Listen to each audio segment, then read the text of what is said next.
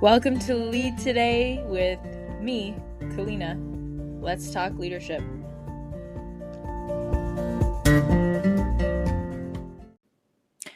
This episode would not be possible without Anchor. It's free and the easiest way to make a podcast. They're creation tools that allow you to record and edit your podcast right from your phone or computer. Anchor will distribute your podcast for you so it can be heard on Spotify, Apple Podcasts, and many more. You can make money from your podcast with no minimum listenership. It's everything you need to make a podcast in one place. So download the free Anchor app or go to anchor.fm to get started.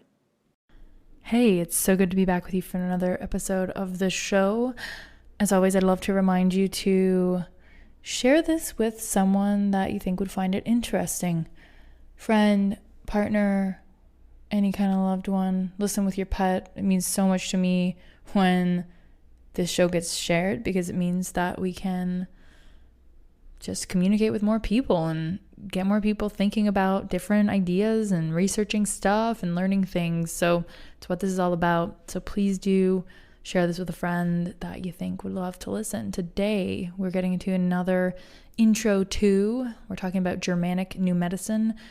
I will preface this whole episode by saying that Dr. Hammer, who came up with this system, is a controversial figure. He was in Austria and Germany, and it was a doctor and internist there, but there are definitely publications and articles talking about some unique thoughts that he had around Jewish American indoctrination, and certainly controversial. Some things that would not be accepted today. He did have his medical title officially stripped in 1986 after allegations of malpractice. He rejects chemotherapy.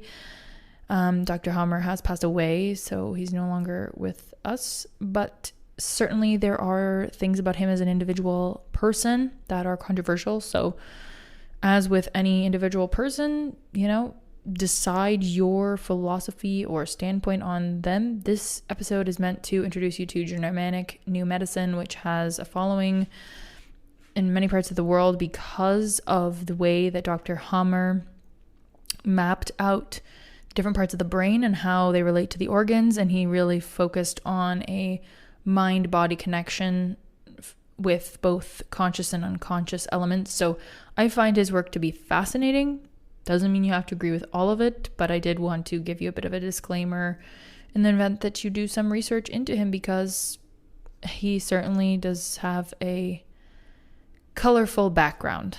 Let's put it like that. So whether or not you like what he did or didn't do, and whether or not you find this to be scientific, I think that there are some very interesting principles that Dr. Hammer came up with, different ways of thinking, and certainly an interesting way to consider illness and disease. I really appreciate Dr. Hammer's approach to focusing on, again, this mind-body connection, and that the brain and the psyche, or that also subconscious element, really does control things in our body. I think it's really interesting because back to the other episodes I've done in this series, we were talking about harmony a lot, right? Harmony of the body, mind, and nature. And German New Medicine really understands the body as a unified organism.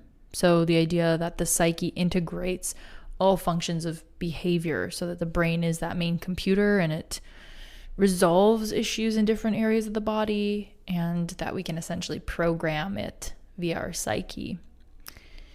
So I find it interesting, to say the least. And there are 5 empirically discovered laws.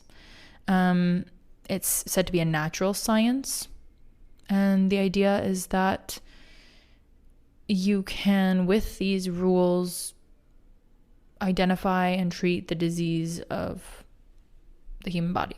So first rule, iron rule of cancer, essentially that there's a 2-phase development of every disease, to the extent that there's a resolution of the conflict. So what they say in Germanic New Medicine is essentially we have these cycles, right? A day-night cycle that our body goes through every day. When things are normal, it's functioning well, all is good. And then if a traumatic event happens, so a traumatic event would be unexpected, you would have no strategy to handle the event. It would be dramatic, so a big deal in your world. You would find it startling or stressful in some way. And it really does depend on your ability to handle that conflict. We'll get more into the conflict idea in a moment. But the idea is that you have two phases of a disease if you resolve the conflict. And we actually can go through conflicts that stick around. If you think about childhood disease, for example, like asthma or obesity, when it begins in childhood, can fluctuate throughout our lives but comes back. And that is said to be a disease considering the regulation of fat stores in your body. Diabetes, anything that onsets in childhood or throughout your life. Allergies that begin, it's interesting, right? And we have reports of people getting allergies and then them going away, or not having allergies and then them developing later in life. This framework has a strong thought and methodology that these things arise and develop at a point of trauma. And then there's a conflict active phase. And then once the conflict is resolved on a conscious or unconscious level, then we move into the second phase, which is the healing phase.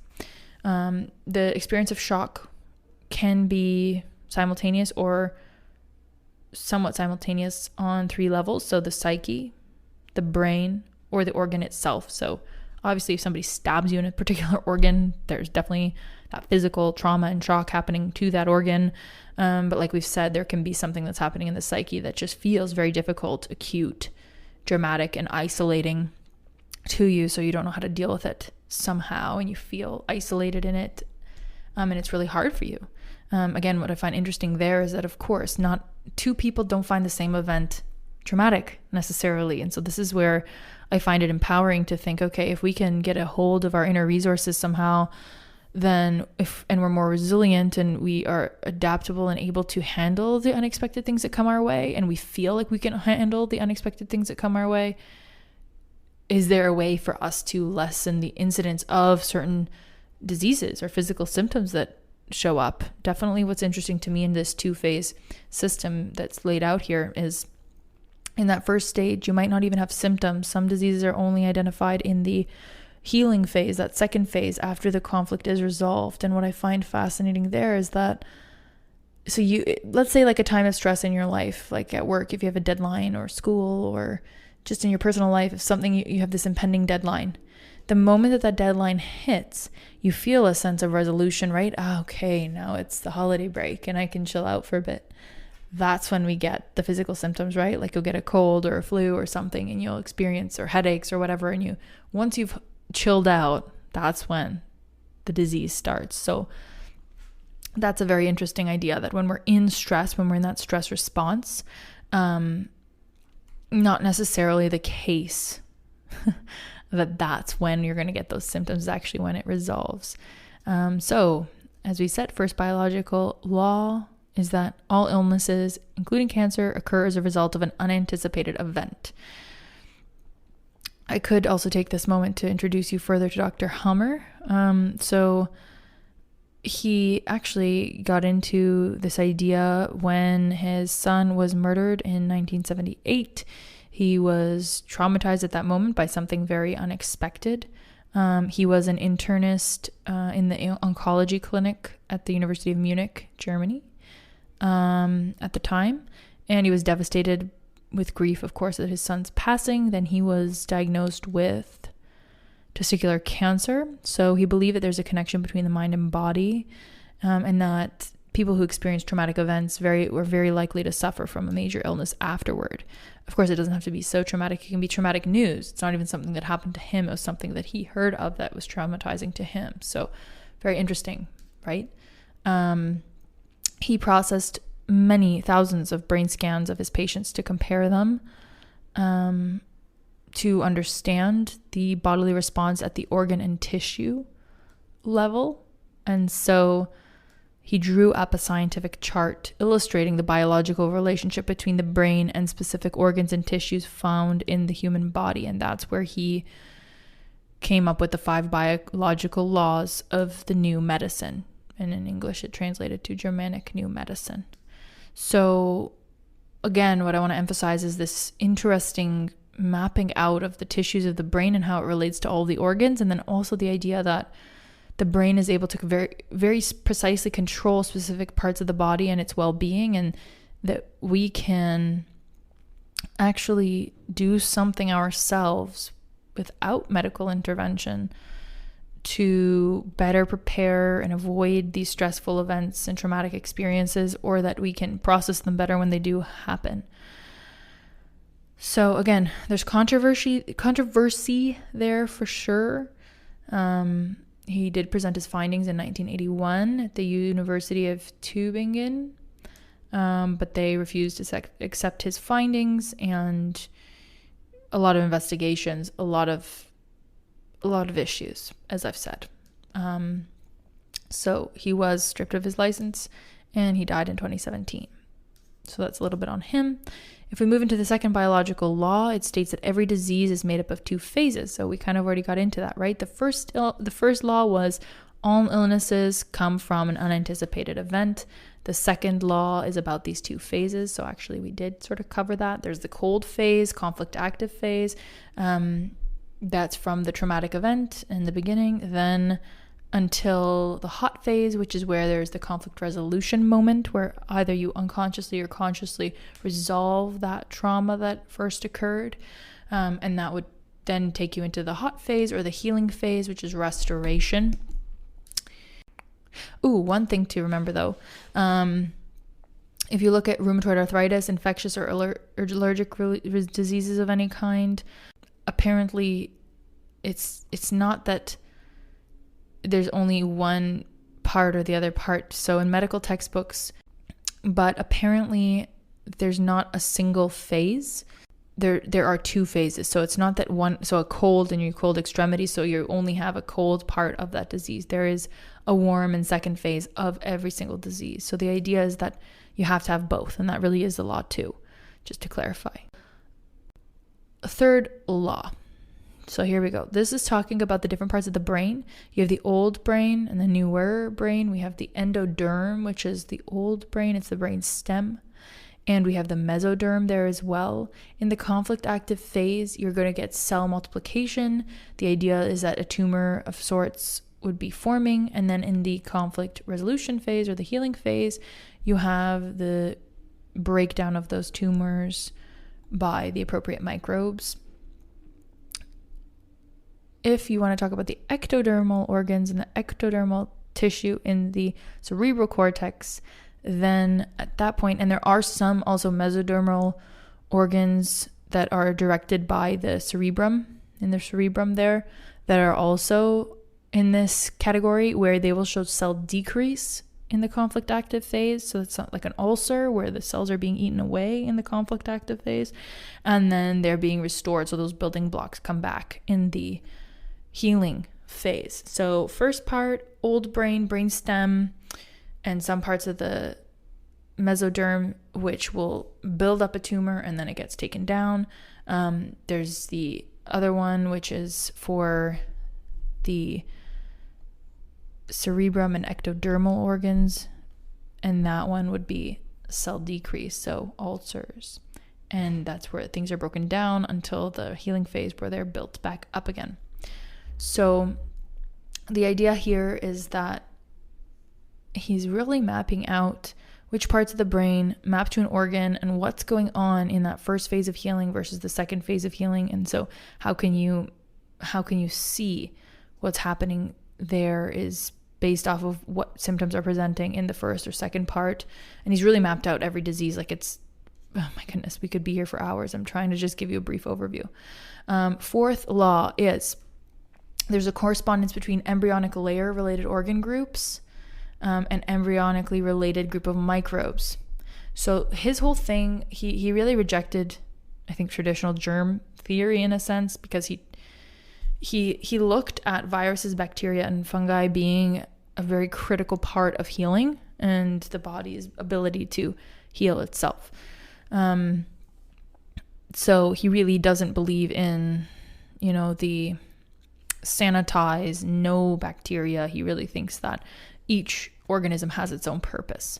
And so the idea here is, again, so I hesitate because it's controversial, right? But I think it's important to just go through what it is that his methodology is, and maybe we can learn something from it. So the ectoderm, that outer layer of the brain, is related to viruses. So viruses would be a part of potentially that healing cycle.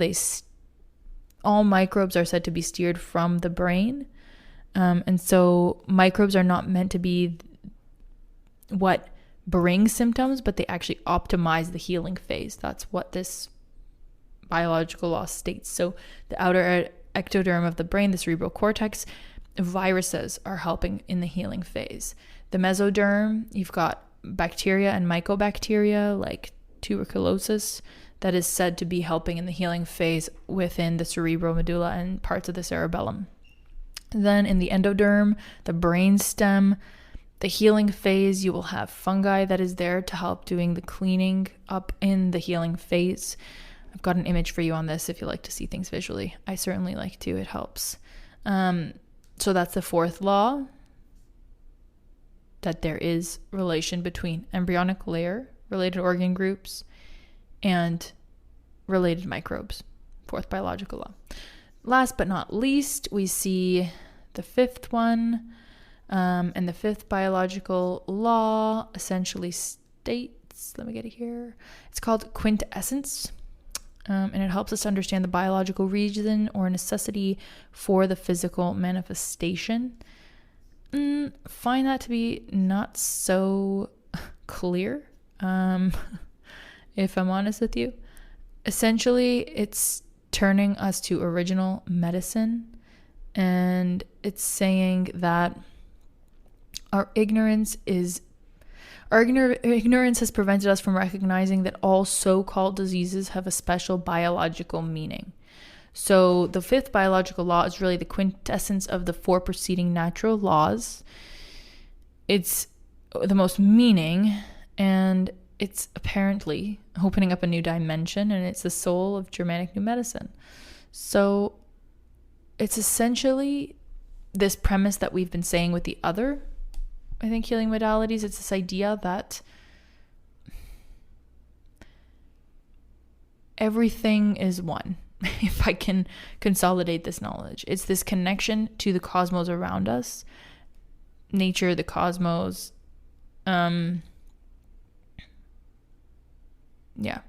So actually in Spain, they call German New Medicine La Medicina Sagrada, they came up with that in Andalusia, 1995 or so. It's this idea of a godly dimension, so the oneness idea. And so the idea that Mother Nature, quote unquote, or nature is not fallible, really. That everything happens for a reason, even if we don't know it, and if we don't understand it, and that we need to trust that natural order of things. Hopefully I've done that last one justice. So this idea that diseases, quote unquote, are not just these annoyances that we have or that we should fix them, but that there really is a natural order to things, and that our body is very intelligent and connected to everything around us, and that they are responding to the things around us. So there's a reason, and our body knows it. And even if it's puzzling or it seems nonsensical, the idea is that it's all connected to nature and this oneness of the universe, and that essentially, if we can, I suppose, understand and believe that every occurrence in nature has a meaning, then we can take disease in that same understanding, that there's a meaning behind what's happening, and it's not just manifested, and that the brain is the computer here, so we do have some say over it, right? I think in traditional ways of thinking, let's say mainstream, I keep saying traditional, but in mainstream ways of thinking, okay, you drink a lot of alcohol, you might have cirrhosis of the liver down the line because you have alcoholism, and so that's like a linear progression, and we can see that. Or you ate certain foods that made you have a heart attack because you had clogged arteries. This is kind of like the logic we have. I think this takes it a step further and is saying there are emotional implications. There's a reason that these different adaptations happen in the body. There are processes that the body undergoes to naturally heal itself depending on traumas and its environment, and that we need to take note. If you are interested in these laws and going further, there's the whole chart that Dr. Helmer set out, and way more literature that you can dive into. So I will post a few links of things that got me just going and to scratch the surface on this. And I think that it certainly gives us a new way of approaching disease and healing, and a new way to look at the body. I hope you found this fascinating. I certainly do. And I look forward to seeing you on the next episode of the show. If you like what you heard today, I would appreciate so much if you would like, subscribe, and review the show. It makes a world of difference in other people being able to find the information and the show that I'm putting out there into the world. So I appreciate you listening today, and please do share if you feel called. Thank you.